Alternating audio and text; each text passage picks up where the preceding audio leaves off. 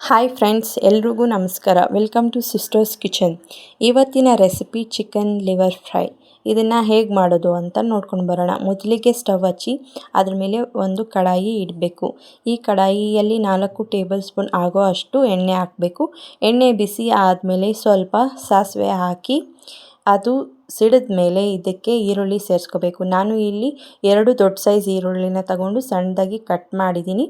ಅದನ್ನು ಸೇರಿಸ್ಕೊಳ್ತಾ ಇದ್ದೀನಿ. ಇದರ ಜೊತೆಗೆ 4ರಿಂದ 5 ಹಸಿಮೆಣಸಿನ್ಕಾಯಿ ಸಣ್ಣದಾಗಿ ಕಟ್ ಮಾಡಿರೋದು ಹಾಕ್ಕೊಳ್ತಾ ಇದ್ದೀನಿ.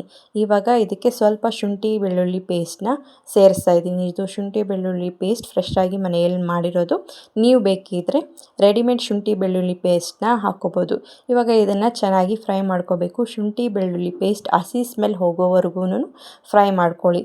ಇವಾಗ ಇದಕ್ಕೆ ಸ್ವಲ್ಪ ಕರಿಬೇವಿನ ಸೊಪ್ಪನ್ನ ಹಾಕ್ಕೊಳ್ತಾ ಇದ್ದೀನಿ. ಇದನ್ನು ಕೂಡ ಚೆನ್ನಾಗಿ ಫ್ರೈ ಮಾಡಿ ಈರುಳ್ಳಿ ಗೋಲ್ಡನ್ ಕಲರ್ ಬರಬೇಕು ಅಲ್ಲಿವರೆಗೂ ಇದನ್ನೆಲ್ಲನೂ ಚೆನ್ನಾಗಿ ಫ್ರೈ ಮಾಡ್ಕೊಳ್ಳಿ. ಇವಾಗ ಇದಾದಮೇಲೆ ಚಿಕನ್ ಲಿವರು, ಚಿಕನ್ ಗಿಝರ್ಡು ಮತ್ತು ಸ್ವಲ್ಪ ಚಿಕನ್ ಪೀಸ್ಗಳನ್ನ ತಗೊಂಡು ತೊಳೆದಿಟ್ಟಿರೋದನ್ನು ಇವಾಗ ಫ್ರೈ ಆಗಿರೋ ಈರುಳ್ಳಿಗೆ ಸೇರಿಸ್ತಾ ಇದ್ದೀನಿ. ಇದನ್ನು ನಾನು ಚೆನ್ನಾಗಿ ಮಿಕ್ಸ್ ಮಾಡ್ಕೊಳ್ಳಿ. ಇದು ಒಂದು 10 ಮಿನಿಟ್ಸು ಮುಚ್ಚಿ ಹಾಗೆ ಇಡಿ. ಆವಾಗವಾಗ ಕೈ ಆಡಿಸ್ತಾ ಇರಿ. ಇದು ಸ್ವಲ್ಪ ಬೇಯಬೇಕು, ಇಲ್ಲ ಅಂತಂದರೆ ಚೆನ್ನಾಗಿರಲ್ಲ. ಆ ವಿಡಿಯೋ ಸ್ಕಿಪ್ ಆಗಿದೆ. ಇದಾದಮೇಲೆ ಬೇಯ್ದಾದಮೇಲೆ ಇದಕ್ಕೆ ಸ್ವಲ್ಪ ಅರಿಶಿನ, ಸ್ವಲ್ಪ ಕಲ್ಲುಪ್ಪು ಹಾಕಿ ಮಿಕ್ಸ್ ಮಾಡ್ಕೋಬೇಕು. ಇದನ್ನು ಚೆನ್ನಾಗಿ ಮಿಕ್ಸ್ ಮಾಡಿ ಆದಮೇಲೆ ಸ್ವಲ್ಪ ನೀರು ಹಾಕ್ಕೋಬೇಕು. ಇದು ಆಲ್ರೆಡಿ ನಾವು ಎಣ್ಣೆಯಲ್ಲಿ ಒಂದ್ಸಲಿ ಬೇಯಿಸ್ಕೊಂಡಿದ್ದೀವಿ, ಆದ್ರೂ ನೀರು ಹಾಕಿ ಬೇಯಿಸಬೇಕು, ಇಲ್ಲ ಹಸಿಯಾಗಿ ಇದ್ಬಿಡುತ್ತೆ. ಇವಾಗ ಇದಕ್ಕೆ ಸ್ವಲ್ಪ ಖಾರದ ಪುಡಿ, ಸ್ವಲ್ಪ ಧನಿಯಾ ಪುಡಿ, ಸ್ವಲ್ಪ ಮೆಣಸಿನ ಪುಡಿ ಹಾಕಿ ಮಿಕ್ಸ್ ಮಾಡ್ಕೊಳ್ತಾ ಇದ್ದೀನಿ. ಇವಾಗ ಹಾಕಿರೋ ನೀರೆಲ್ಲನೂ ಚೆನ್ನಾಗಿ ಹೋಗಬೇಕು.